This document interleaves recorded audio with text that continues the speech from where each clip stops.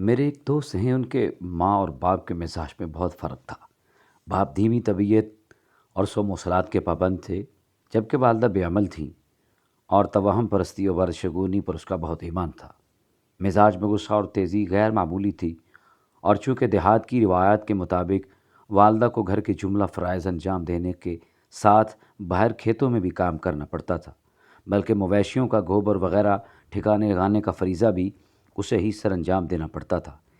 اس لیے اس کے مزاج پر اکثر برہمی غالب آ جایا کرتی تھی، اور اپنے خاوند سے اس کی اچھی خاصی تو تکار ہو جایا کرتی تھی۔ وہ اس کے حوالے سے خاوند کا ذرا بھی لحاظ یا احترام ملحوظ نہ رکھتی تھی، اور اس کی اچھی خاصی بے عزتی کرتی اور رونے دھونے میں بعد میں مصروف ہو جاتی۔ اس صورتحال میں میرا یہ دوست کہ اس وقت نو عمر تھا اور اسکول میں پڑھتا تھا، بربلا ماں کا ساتھ دیتا اور اس کی حمایت میں باپ سے بدتمیزی کر جاتا۔ اس کے لہجے میں گستاخی کا عنصر اچھا خاصا غالب آ جاتا تھا۔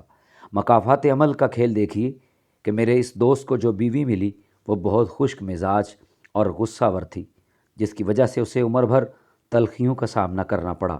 اس کے 4 بیٹے تھے، چاروں فرما بردار تھے، سو مصلات کے پابند تھے، اور چاروں نے اعلیٰ تعلیم بھی حاصل کر لی، مگر عجیب و غریب حادثہ یہ ہوا کہ چاروں بیٹوں نے باپ کے مزاج کی کوئی خصوصیت اختیار نہ کی۔ وہ مختلف حوالوں سے باپ سے اختلاف ہی کرتے نظر آتے تھے، اور شاید ہی کسی موضوع پر ان کا اتفاق رائے ہوتا تھا، جس کے نتیجے میں میرا یہ دوست بھرے گھر میں بھی اپنے آپ کو یک و تنہا محسوس کرتا تھا۔ اور عبرت کی بات یہ ہے کہ جب بھی میاں بیوی میں کبھی ناگوار صورت بنتی تو بیٹے ماں ہی کی حمایت کرتے، اور انہوں نے کبھی بھول کر بھی باپ کو حق بجانب قرار نہ دیا تھا۔ بیٹے تو باپ سے اسی لہجے میں تکرار کرتے تھے جس لہجے میں میرا دوست اپنے باپ سے تو تکار کرتا تھا۔ اس سے ایک بات یاد آ گئی کہ آپ کا بیٹا جب بھی آپ سے گستاخی یا تیز مزاجی کا مظاہرہ کرے تو ٹھنڈے دل سے یاد کیجئے کہ آپ نے بھی کبھی کسی وقت اپنے والد سے اسی لہجے میں بات کی ہوگی۔ یہ مکافات عمل ہے، اور اسی سے کسی کو بھی مفرور نہیں ہے۔